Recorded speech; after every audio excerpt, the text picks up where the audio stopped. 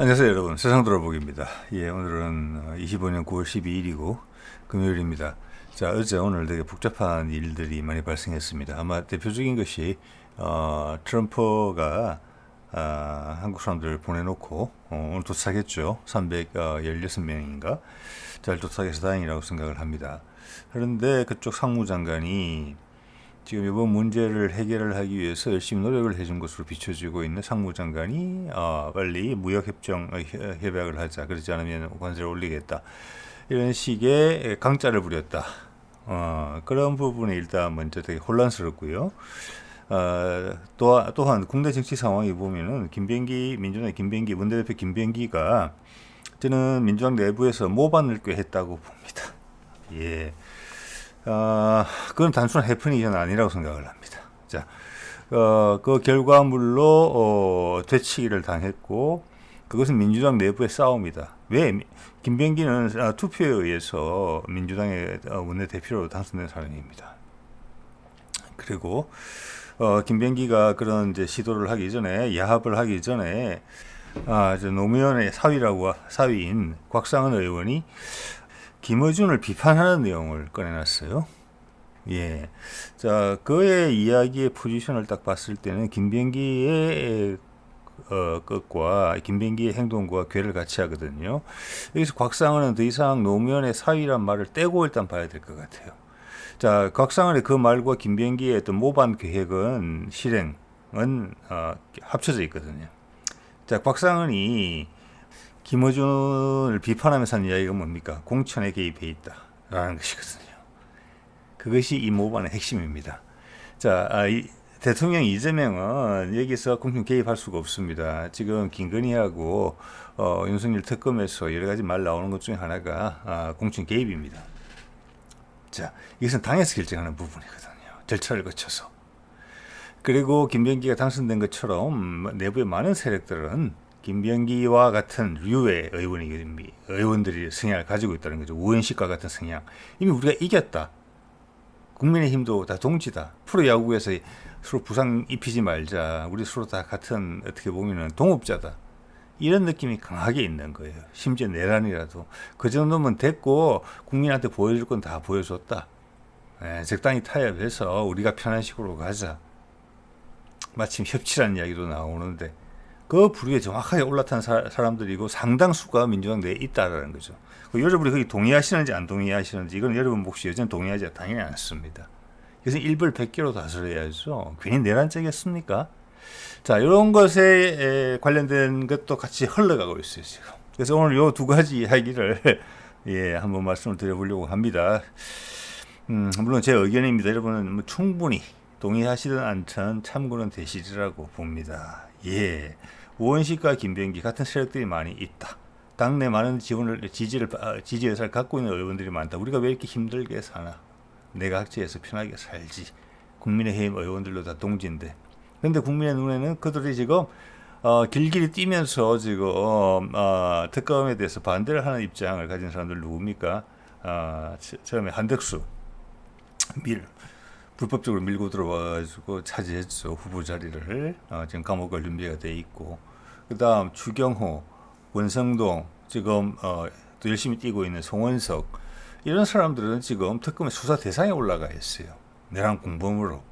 그렇기 위해서 자기들의 이해관계를 위해서 국민의힘을 좌지우지하면서 이렇게 하고 있는 것이거든요. 그들과 대화를 한 거잖아요. 최근에 이재명이 그쪽에 당 대표랑 이야기를 나누고 정청래에 와서 이야기를 나누고 한 것은 이 메시지를 분명하게 했어요. 자, 국민의힘이 내란과 세력을 단절해라. 그러면 야당으로 파트너로 인정해주겠다. 그때부터 잘해보자. 이렇게 분명히 잘라서 이야기를 해준 거거든요.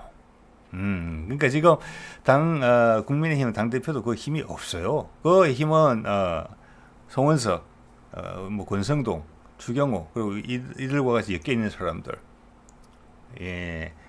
국민의힘 의원들이 내란의 밤에 국회 의사당으로 본회의장으로 가지 못하게 역할을 했던 사람들.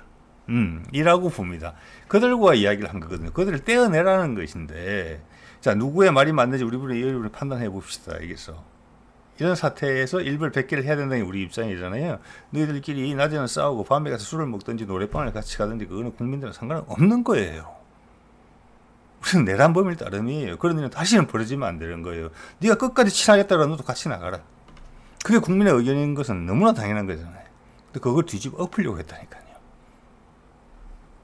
그래서 내부에서 김병기가 모반을 지금 계획한 거예요. 실행을 한 거예요.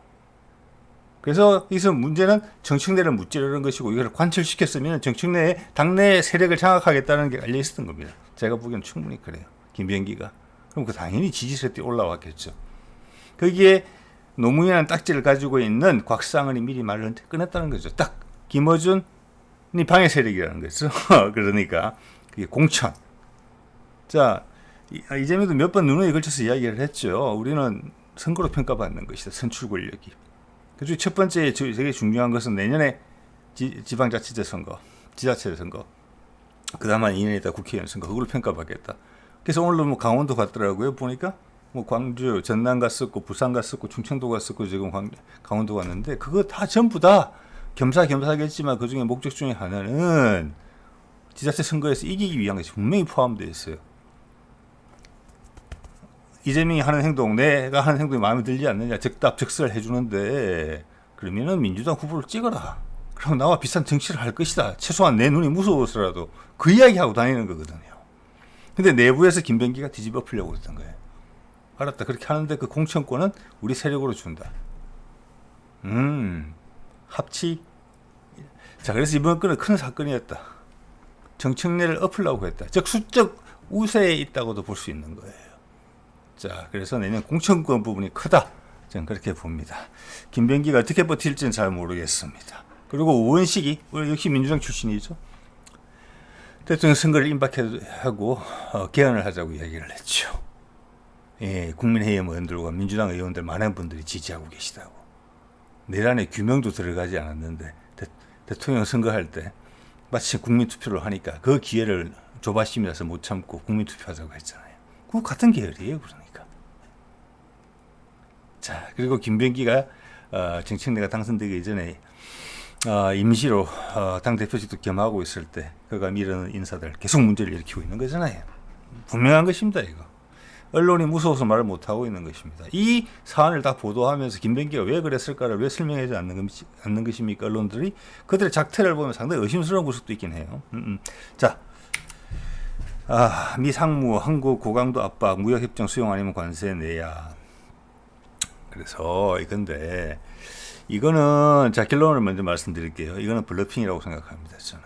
자, 왜냐하면은 지금 쭉 벌써 벌어진 일이 여러 번 있었죠. 며칠 전에부터 해서 뉴욕 타임스에서 말이 흘러나온 게 있었죠. 트럼프 일기 때 북한에다가 특수부대를 보냈다.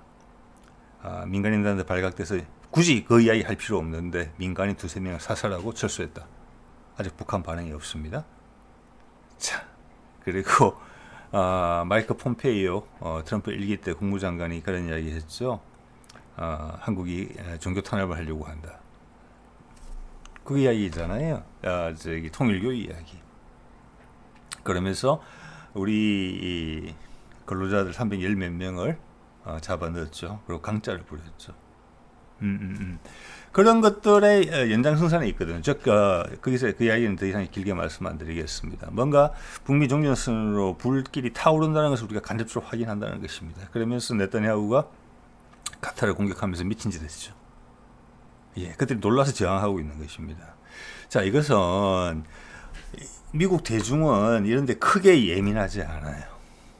지금 이들이 이런 블러핑을 하고 제스처를 취하고 분탕질을 하고 이런 것은 지금 트럼프의 계획이 임박했다, 실행이. 그리고 그것은 예상치 못한 것이었다. 우크라이나전이 쿡 늘어지고 있었기 때문에 미국의 기존의 주도 기득권 세력들은 거기에 대해서 약간 안심을 하고 있었다. 늘어지는구나. 이제 트럼프만 계속 진을 빼면 되겠구나 하고 있었는데 북미 종전선으로 바로 건너뛴다. 그 수가 상당히 타격이 클 것 같다고 판단이 들었다는 겁니다. 그들이 급하게 대응하는 과정에서 저는 근로자들이 잡혀갔다고 생각하는 거거든요. 쭉.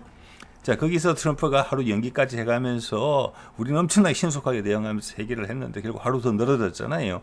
자, 이들이 이런 제스처를 취하는 것은 누구한테 보여주기 위함이냐? 미국의 언론, 미국의 대중 저는 아니라고 봐요. 이것은 그들 자본가 계층이에요. 꼰대들. 유태인 자본가 계층. 그 가문들이 장악하고 있는 거잖아요. 언제든 옮겨갈 수 있죠. 다 그게 하나의 게임이에요. 미국의 기득권 세력들도 군산복합제도 그들의 돈이 그들을 지원해 줘야 되는 거거든요. 트럼프도 그들이 살아야지 미국이 사는 거거든요. 그들이 다른 돈으로 도망가지 않는 것이. 자, 그들에 대해서 홍보전을 펼치고 있다 이렇게 보시면 돼요. 그들은 꼰대예요. 대충 나이가 많고 섬세하지는 않아요. 자, 그래서 네타냐후가 왜 등장하는지 아시겠죠? 야, 네타냐후 위험에 처했네. 그들 일단 각성시키는 거잖아요. 자, 거기서 한국 일이 들먹거려졌다. 그래서 이 트럼프의 포지션은 한국을 우리가 갈구해야 되는 그런 제스처를 취한 것이라고 봅니다. 상무장관을 통한 블러핑이라고 봅니다. 즉 유태인 자본의 눈이 한쪽으로 집중되는 것을 실체적 사실, 즉 트럼프가 원하는 하려고 하는 그 계획에 집중되지 못하게 흐트리는 겁니다. 혼란스럽게 만드는 거죠. 이건 아주 많이 있는 작전이에요. 전 세계 어느 정치판에 있든지 간에 보통은 대중을 상대로 그렇게 해요. 대중을 상대로. 근데 여기는 저는 그 자본가를 상대로 그렇게 하고 있다고 봅니다. 참고만 하십시오. 누구도 언급하지 않는 것이죠. 미국을 누가 움직이고 있습니까? 자본주의 최고봉. 네. 뭐라고 할까? 중앙은행이 없는 체제잖아요. 은행이 돈을 정부에 빌려주는 체제고, 미국이 진 빚은 그 자본가들한테 진 빚이에요. 그들은 미국에 투자를 하고 있는 거예요. 지금 미국이 최고의 나라니까 빚도 막 늘려주면서 어차피 대마 불산데 가는데 지금 이 미국이 죽을 것 같단 말이에요. 그 대마가 중국이나 다른 데서 올라올 것 같단 말이에요. 그럼 갈아타야죠, 그들도. 그들에 대한 지금 이론전이라고 저는 보고 있습니다. 언론에서는 감히 말할 수 없어서 하는 것이죠. 모든 것에 뒤에 그들이 있다는 것이죠. 그래서 자, 뭐 이런 이야기인데 저는 미국이 혼란스러울 때 되면 이런 기사가 꼭 나온다고 생각하거든요. 예, 이것은 대중의 관심을 일단 바깥으로 제끼는 효과가 있어요. 뭐 UFO 이야기죠. 대중은 빠져입니다. 지금 대중은 빠져. 이런 기사가 딱 나왔다는 것은 미국 사람들 이런 데 되게 혹하더라고요. 헬파이어를 쐈는데 튕겨내고 전진, 정인들도 두렵다. UFO 실존 증거. 이런 거 옛날에 딱 맞춰 보십시오. 누구 뭐 사회학자나 이런 데서 이런 걸로 논문을 써도 될 것 같은데 상관관계에 대해서 자 이런 일이 있었고 그래서 이런 것이 겹치고 있다라는 것을 제가 말씀드리는 겁니다. 긴박하고 급박하게 돌아간다. UFO 이야기가 나온 곳에 그것을 확인해 준다. 저는 그런 시각을 갖고 있습니다. 자 오늘 이야기가 나와가지고 윤석열 쪽이 머리 쪽에서 식은땀이 좀 났을 거라고 봅니다. 쿠데타 모의를 해서 했다는 브라질 전 대통령이 징역을 27년 3개월을 받았다. 그래서 아마 많은 분들이 그렇게 생각할 겁니다. 우리 법은 우리 법의 체계가 있지만 모의만 했는데도 27년 3개월인데 실행에 옮겼으면 도대체 어떻게 돼야 되느냐. 지금 윤석열은 유죄 선고를 받으면 그것은 두 가지밖에 없습니다. 종신형, 무기징역이 아니면 사형이에요. 네. 지금 버티고 죄질이 지금 엄청나게 안 좋잖아요. 후회의 기색도 전혀 없잖아요. 반성의 기색도 전혀 없고 재판도 거부하고 있잖아요. 사형이죠. 네. 자, 요새 언론에 대한 제가 말씀 많이 드리고 오늘도 그런 부분이 살짝 나오는데 이거 한번 보십시오. 미니 쿠페 차량이 이거 BMW 미니 쿠퍼죠. 경기도 화성에서 페달을 잘못 밟아서 인도로 돌진했다 이런 건데 제가 이것이 이런 기사가 나올 때마다 눈에 걸려요. 수입차는 차종을 이야기하는 것 같거든요. 근데 국산차, 뭐 현대차, 기아차밖에 없잖아요. 거기는 차종을 이야기하지 않습니다.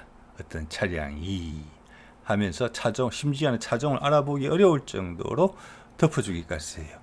자, 이것은 우리가 산업개발에 목매던 시절에 우리가 희생을 감수하고더라도 알루미늄 캔 같은 차를 타주면서까지도 우리 자국의 기업들을 키워줄 때 그때는 이런 보도 태도가 있을 수 있다고 봅니다. 그러나 지금 상황에서는 그렇지가 않아요. 이러면 손해가 나요. 언론이 자기 발등을 찍는 일이에요. 예, 저는 최근에도 그렇게 본 것 같습니다. 제가 틀릴 수는 있는데 이게 일반적인 사실일 거예요. 이렇게 적나라하게 이렇게 하면서 우리가 어디 가서 서운한 대접을 받으면 우리가 뭐라고 부른다? 그러면 1배 되는 겁니다. 1배. 우리가 한 짓은 모르고 우리가 밖에 가서 억울한 일 당하면 분통 터져 하는 것은 그렇게 되면 1배 되는 거예요. 우리가 되게 단순해지는 거죠. 자, 이거 한번 볼까요? 강경파가 반발해서 3대 특검법 개정 합의가 파기됐다. 이게 엊그제 이야기죠. 제가 이 기사를 보여드리는 이유 아시겠죠? 왜 보여드리는지. 제 눈에 띄는 단어는 강경파입니다. 강경파. 강경파는 주류는 아니잖아요. 그죠?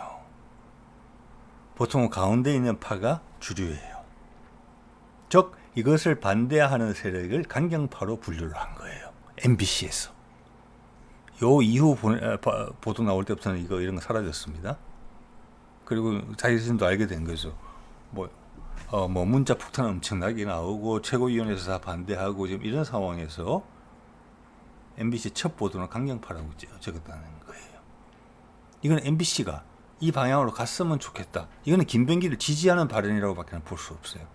김병기가 중도파라는 거예요. 이렇게 타협도 하고 이렇게 하라라고 MBC가 이야기해주고 있는 거예요. 이제 이 정도 할 때가 되지 않았니? 그게 김병기의 생각이고 오은식의 생각이고 민주당의 다수를 차지하는 그 세력이 하는 생각이라는 거예요. 특히 제가 봐서 호남 지역 출신의 국회의원들이 이런 생각을 많이 한다고 생각합니다. 그래야지만 이재명을 견제할 수 있거든요. 정청래를 견제하면서 자기들도 계속 세력을 이어갈 수 있거든요. 타협의 여지가 있거든요. 지금 이재명 하에스는 내년 일단 공천부터 지방선거 공천부터 자기들이 많이 밀려날 걸로 지금 보인단 말이에요. 지금 전라남도 가서 다 보여줬잖아요. 광주시장 깨버리고 전남도지사 깨버렸잖아요. 무슨 말입니까? 교체된다는 거예요. 그들이 김병기를 지지하는 것입니다. 그 힘을 얻고 내부에 있는 세력들. 왜? 그래서 과거에 문재인이 있을 때도 수박 이야기가 나오는 거잖아요. 그죠? 예. 지금도 그 후속판이에요. 그걸 저는 놀란 게 MBC가 그걸 지지한다는 거예요. 뭐 이후부터는 빠졌지만 첫 보도가 솔직하게 나오는 거거든요. 엄청나게. 예. 세월호 때 국정원 직원이 들어가서 선장 빼간 거 처음에 그런 보도 나왔잖아요. 천안함 침몰했을 때 왜 엉뚱한 데 가서 구조를 했는지, 우리 천안함 빠진 곳이 아니라 딴 데 가서 왜 구조를 했는지 그런 이야기 처음에 나왔잖아요. 그 다음부터 쏙 들어갔죠. 이게 본심이라는 겁니다. MBC 이 정도 타협해라. 예, 윤석열 저 정도 해서 뭐 대충 서서히 뭐 재판 좀 천천히 하면서 늘어뜨려가지고 국민의 관심이 다른 쪽으로 갔을 때 대충 어떻게 처리하자.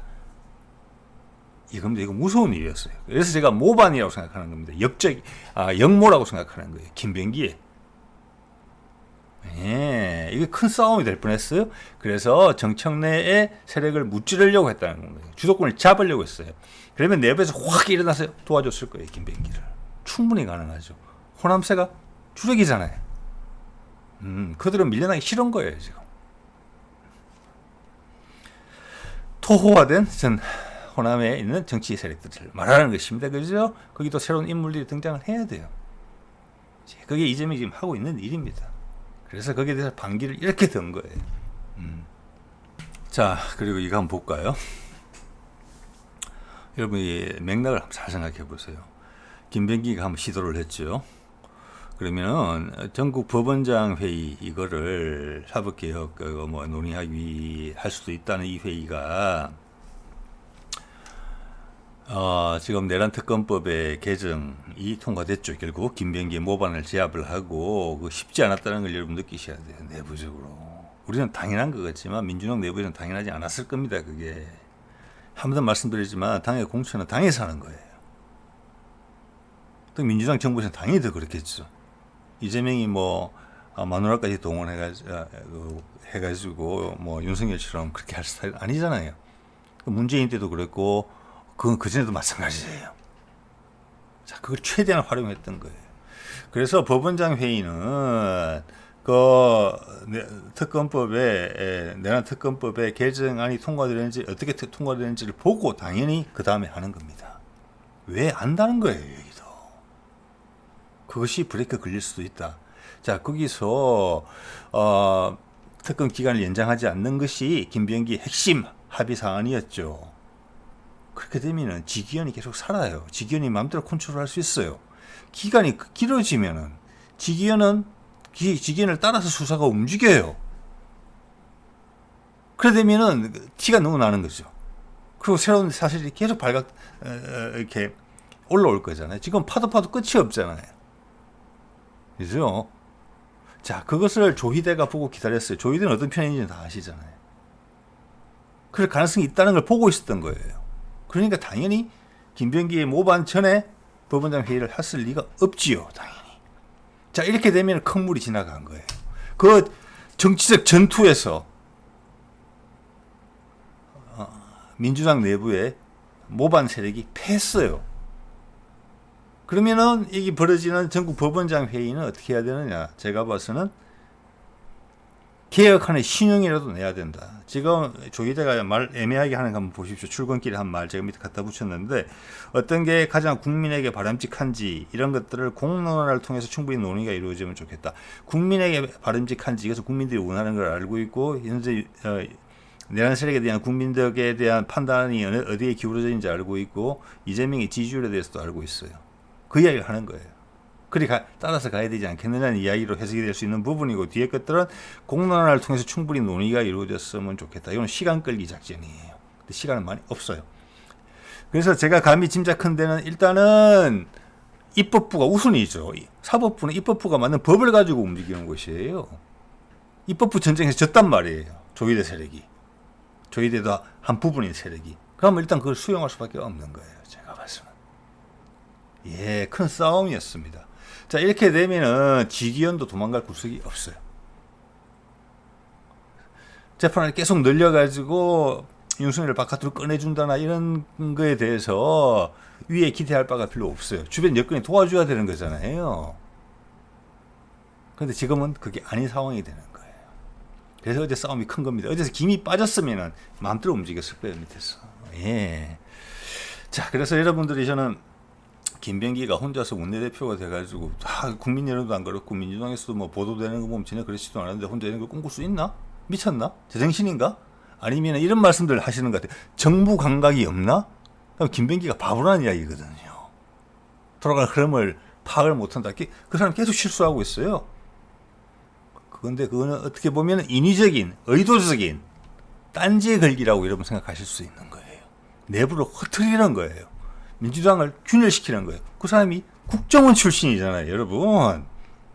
첩보 활동하듯이 한 거예요, 가운데서. 미꾸라지 짓 하면서. 제 생각은 그렇습니다. 예. 자, 이제 우원식 이야기로 돌아가 볼까요? 작년에 이런 말 했죠. 지금 보면 참 가관이죠. 한덕수 총리실 대행체제 흔들림에 국제사회로부터의 한국의 경제 신뢰가 무너질 것이다. 희한한 소리 하고 있죠. 그래서 지금 이것은 송원석, 추경호, 권성동 이런 사람들이 거의 반이성적으로 국민의힘을 지키려고 하는 노력, 윤석열을 지키려고 하는 노력, 극우화된다는 것을 감수하면서도 국민적 지지가 멀어지고 있다는 걸 감수하면서도 버티는 이유는 그들이 그중에 구성 멤버이기 때문에 그렇습니다. 자, 그래서 오래된 정치 세력들부터 등장했죠. 여야 원로들도 개헌을 촉구했다. 왜? 이 사람들한테도 한 자리 주려고 했을 거니까. 대각제로 개헌하게 됐으면. 어떤 식으로는 저거 하네. 선개헌 후 대선. 이미 이들한테는 윤석열 안 중요해요. 내란은 이미 안 중요해요. 이미 끝났으니까. 그런데 국민들 입장에서는 일벌백계로 처리를 해서 그래서 이재명이 이걸 강조하는 겁니다. 두 번 다시 이런 일이 있어서는 안 될 텐데 이렇게 야합에서 넘어가면 또 발생할 수도 있겠다. 그거는 너무나 당연한 진실이잖아요. 정치인들은 안 그래요. 그럼 그런 정치인들은 아웃 시켜야죠. 우원식, 이번에 김병기 간첩이죠. 간자. 예, 멍청해서 그런 게 아닙니다. 일부러 그렇게 한 겁니다. 이때까지 다 내부를 흔들려고. 정청래가 계속 잘랐잖아요. 딱딱딱딱딱딱. 그게 싸움이에요, 바로. 왜? 김병기가 수적으로 절대 밀리지 않는다. 누가 나와도 국회의원이나 지자체장이 될 수 있는 지역을 많이 확보하고 있다. 김병기를 지지하는 세력들. 이렇게 보셔야 돼. 너희들은 조금 잘못하면은 수도권 같은 데서는 금방 바뀔 수 있는 거잖아요. 이겁니다. 누가 오래 살아남을 것 같은데 살아남는 자가 이기는 자야. 이렇게 이야기하는 것입니다. 그들은. 자, 우원식 이상 금년 4월 6일 날 개헌 특별 담화를 해냈죠. 네. 자, 이것도 언뜻 보면은 말도 안 되는 소리를 하고 있네 하지만은 정치적으로 우원식의 결단을 지지하는 세력이 많다는 겁니다. 이걸 버텨내기가 힘들었다는 겁니다. 계속 압박을 받고 있다는 것입니다. 여기에 대해서. 이번에 김병기까지 이어지잖아요. 앞으로 어떤 식으로 또 나타날지 모르죠. 예. 이 밑에 이번에 조사를 하다 자료를 찾다 보니까 이런 내용도 나오네요. KNN님 부산 쪽의 뉴스인 걸로 제가 알고 있는데 우원식 의장 개헌 제안 하루 만에 정치 후원금 취소 행렬. 그때 분명히 이야기했습니다. 국민의힘과 민주당 내부에서도 많은 의원들이 공감대를 형성하고 있는 개헌. 예. 자, 그 사람들을 최소한 민주당 내에서 이재명은 솎아내려고 하는 겁니다. 자신의 지역도 아니고 자신의 영향력도 없는 지역에서. 그래서 이재명의 인기도와 그래서 엄청나게 좀 열심히 일하고 있는 거잖아요. 믿기 어려울 정도로 뛰어다니고 있는 거잖아요. 국내외로. 국민들한테 바로 호소를 해서 그들을 솎아내려고 하는 것입니다. 예. 그리고 국민의힘은 너희가 솎아내라는 뜻을 계속 이야기해주고 있는 것입니다. 그러지 않으면 정당 해산까지 갈 수도 있을 것 같은데 그럼 정치적 부담이 크잖아요. 자, 그러면 특검이 계속 살아야 돼요. 그래서 이번에 별거 아닌 것 같지만 김명기는 무지른 게 그러다 보면 추경호, 송원석 계속 걸려들게 돼 있어. 권성동까지. 그러면 결과적으로는 지금 온건적인 제대로 된 국민의힘의 색깔을 가진 자들이 국민의힘을 새로운 정당으로 만들게 될 겁니다. 그걸 원하는 거예요. 최대한 버티겠죠. 예. 이번에 송원석이 얼마나 기분 좋았을까요? 김병기까지 하고 그랬으니까. 우리 하여튼 짝짝꿍이 잘 됐겠죠? 예, 우원식 바로 올라탈 수 있었다고 봅니다. 지금 아닌 척 여러 가지 하지만 국민에 대한 호소문도 많이 이야기하고 어쩌고 저쩌고 따뜻함을 보이려고 노력하지만 그 뒤에 본질은 이겁니다. 이 본질은 안 바뀐다고 봐야 돼요. 네. 자, 이거 한번 볼까요? 이 블러핑 건인데 트럼프가 어제 그런 일이 있었죠. 러시아 드론이 얼마나 큰지는 모르겠어요. 얼마나 위협적인지는 모르겠어요. 폴란드를 공격한 것도 아니잖아요. 그리고 어떻게 보면은 러시아가 우발적이다라고 이야기까지 한 부분이에요. 근데 이것을 침소봉대하는 부분이 있거든요. 밑에 YTN 제목 뽑은 거 보세요. 유럽 전체 확전 분위기. 근데 영국하고 프랑스가 유럽의 좀 주요 멤버인데 그들은 지금 IMF에 돈 빌려야 될지 모르고 국내 경제가 폭망, 부도 사태까지 지금 위험한 거잖아요. 그렇다고 국민들이 도와주는 것도 아니고 미국이 안 도와주면 끝이에요. 미국이 IMF에 영향력을 행사하지 않으면 힘들어질 수 있어요. 그런데 폴란드 혼자서 이런 결정을 하겠습니까? 말이 안 되는 거예요. 그런데 이것은 트럼프가 이런 말을 하는 분위기하고 연계가 돼 있거든요. 신공의 경로, 이것 또한 마찬가지입니다. 내가 아까 트럼프와 미국에 있는 지금 기존의 기득권 세력들이 자기들이 지금 어필하려고 노력하는 호소하려는 대상이 덜 예민한 유택의 자본이란 말이에요. 그게 대해서 트럼프는 아직도 푸틴에 대해서 적대적으로 생각하고 있다. 내가 딱 뭔가를 한번 스위치 한 번으로 태까닥 갑자기 뒤집게 상황을 반전시켜서 돌이킬 수 없게 만드는 그런 이벤트가 필요하다는 것을 계속 확인해주고 있어요. 그 전까지는 당신들은 몰라야 된다는 거예요. 그래서 강공을 취하는 형태를 취하는 거예요. 그래서 거기에 따라서 이런 기사들이 나오는 건 일단 트럼프는 박수예요. 그래서 아까 한국도 상무부 장관이 때리는 거예요. 한국이 타겟이 아니다. 우리 하듯이 해. 미국 이해가 최고야. 우리 이걸 지켜줄 거야. 그들한테 호소하는 내용들이에요. 다. 그래서 일단은 이런 식으로 해서 블러핑을 쳐서 연막탄을 친다고 본다는 것이 제 뜻입니다. 왜? 우리 당사자인 우리 한국은 되게 견고하거든요. 지금 발이 크게 담겨 있단 말이에요. 어제 그 이야기도 말씀드렸잖아요. 러시아 타스 통신도 트럼프의 젊은 지지자, 정치 지도자의 암살 사건에 비중 있게 다뤘다. 그것도 일단 한 칼 좀 가지고 있는 거예요. 어떤 한 카드로서 트럼프가 어떻게 써먹을 수 있는지에 대해서는. 자, 그래서 국면 전환을 시도하고 있는 겁니다. 이러면서 뒤에는 겉으로는 이렇게 태연한 척 하고 있지만 밑으로는 오리발처럼 발발 움직이고 있는 거죠. 그거는 우리 내용을 보면 알고 러시아 내용을 보면 안다는 말씀을 드리는 겁니다. 우리가 전혀 이런 부분에 흔들리는 맛이 없어요. 오늘 강원도 원주에 가서 한 것 같은데 약간 중요한 이야기를 했어요.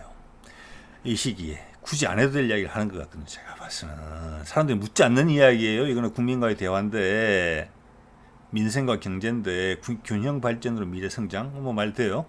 북미 대화의 장을 지원하겠다. 이것이 강원도의 민생 경제와 중요하다고 이야기를 연계시켰어요.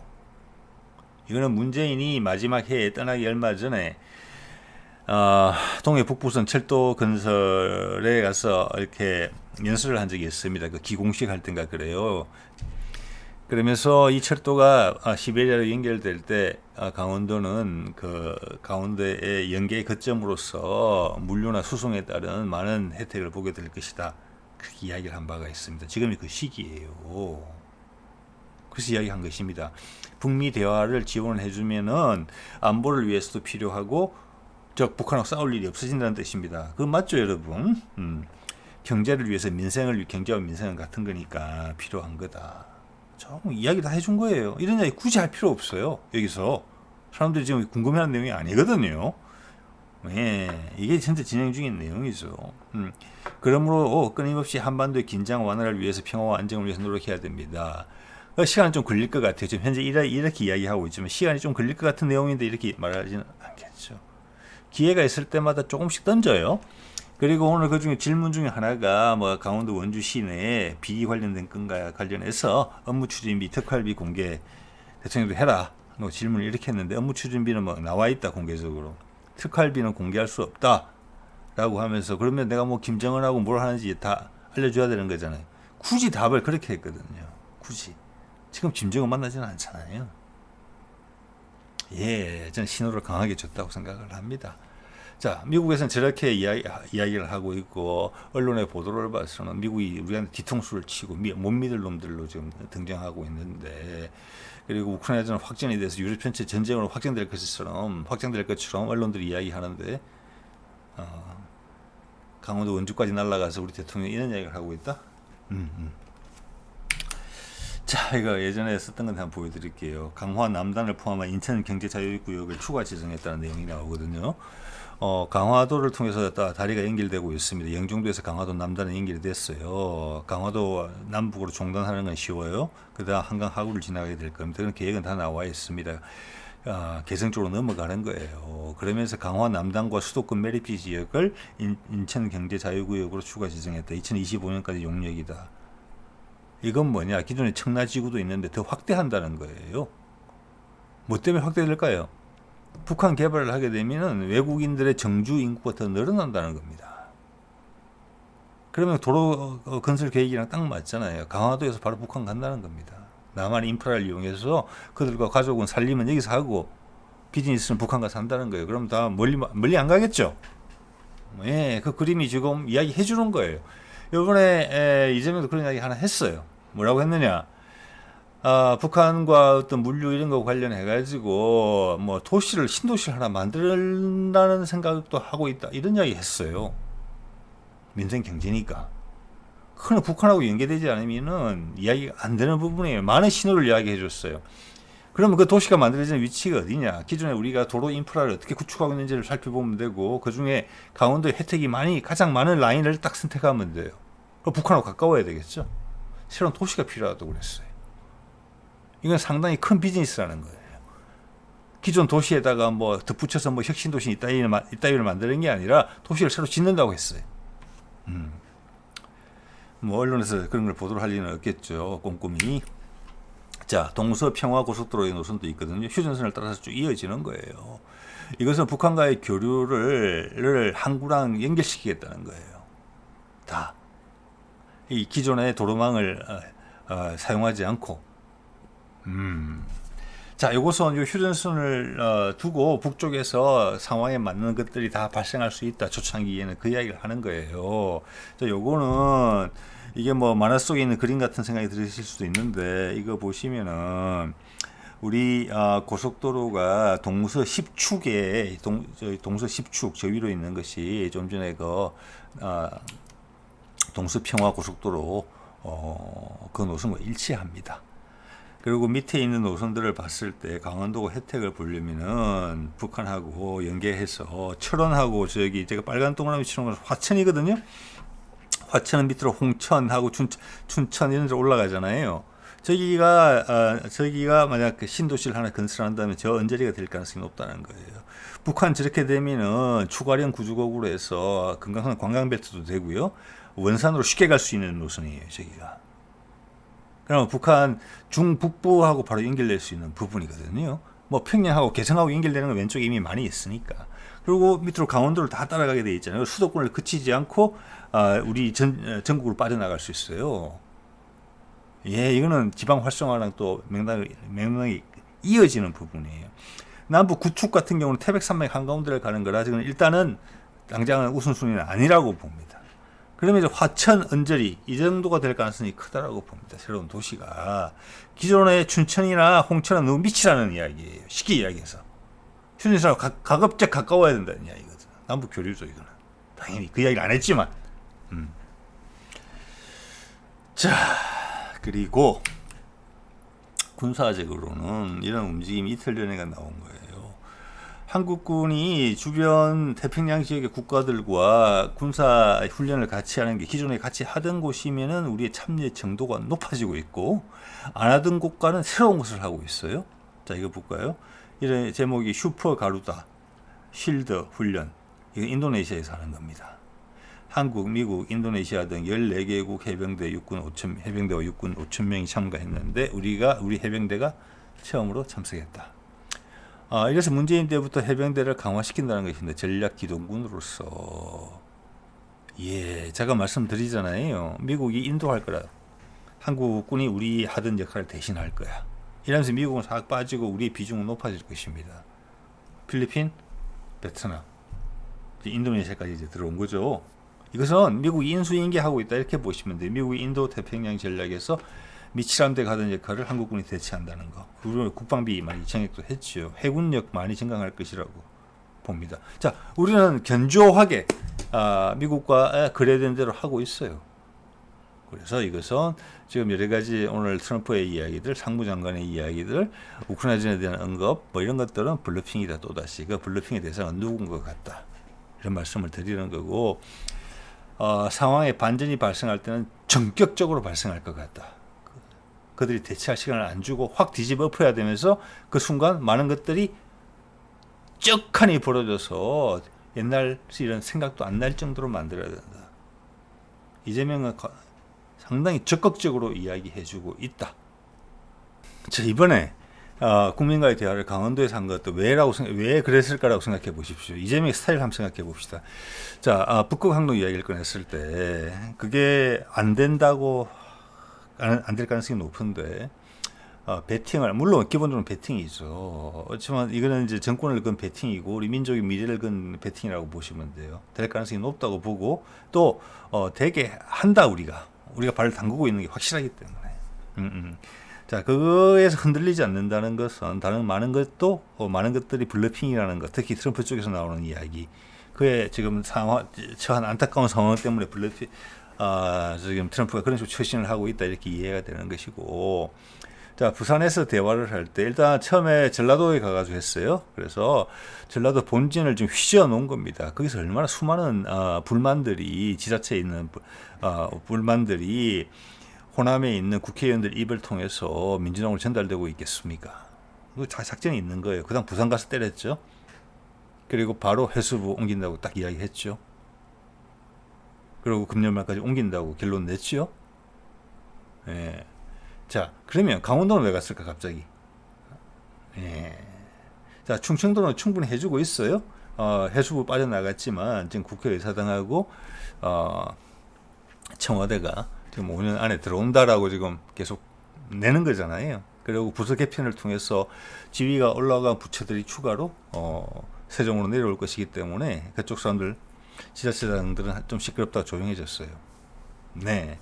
자, 그래서 충분히 혜택을 주고 있는 거고, 가시적으로. 그럼 해수부 벌써 아깝다는 이야기 안 나오고 있잖아요, 충청도에서. 예. 자, 그럼 강원도는 왜 갔을까? 자, 오늘 여러 가지 말 던졌잖아요. 제가 오늘 소개해드린 거. 내년 선거 전에 그런 일이 진척이 될 가능성이 있다. 사람들이 체감할 수 있게 이재명 스타일대로. 그런데 이 체감하는 부분은 남북교류 확대고 북미 간의 관계 개선이 전제가 돼야만 가능한 거예요. 그렇잖아요. 그렇죠? 최소한 그 움직임, 긍정적인 신호는 포착이 돼야 되거든요. 그래서 우리 쪽에서 발동을 거는 듯한 모습, 해수부 옮기는 거와 비슷한 느낌이 이루어져야 돼요. 그쪽에 관련된 기업이 그쪽에 새로 투자를 한다든지 옮긴다든지 이런 것까지 필요할 것 같아요. 북한과 소통과 특화된 기업이 가서 뭔가를 하겠죠. 예, 휴전선 가까이 가야 된다는 말씀을 제가 드리는 겁니다. 자, 오늘 이 정도 말씀을 드리도록 하겠습니다. 네.